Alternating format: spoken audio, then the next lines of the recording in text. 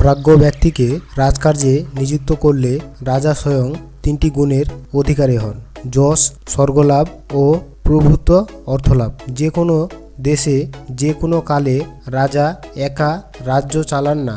রাজ্য চালাতে গেলে রাজার প্রয়োজন যোগ্য ব্যক্তিদের, যারা বিভিন্ন বিষয়ে বিশেষ পারদর্শী হবেন। তাদের ছাড়া রাজার কাজকর্ম চালানো সম্ভব নয়। রাজার রাজকার্যে সহায়ক মন্ত্রী মণ্ডলী যদি দক্ষ না হন, তাহলে রাজকার্য চালানো খুবই দুরূহ। প্রাজ্ঞ ও দক্ষ ব্যক্তিদের নিয়োগ করলে তারা যে কোনো সমস্যামূলক কাজও অনেক দক্ষতার সঙ্গে পালন করতে পারেন।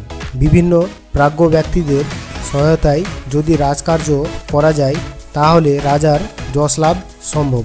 রাজা যদি সুষ্ঠুভাবে প্রজা পালন করতে পারেন, তাহলে প্রজারা সুখে বসবাস করতে পারেন। তাদের খাজন কর দিতেও অসুবিধা থাকে না।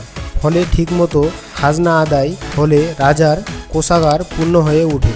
আবার সুন্দর ও সুষ্ঠুভাবে প্রজা পালন করতে পারলে প্রজারা যেমন সুখে থাকে, তেমনি খুশি হন পরমেশ্বর। ফলে রাজার শান্তিতে স্বর্গ লাভও ঘটে থাকে।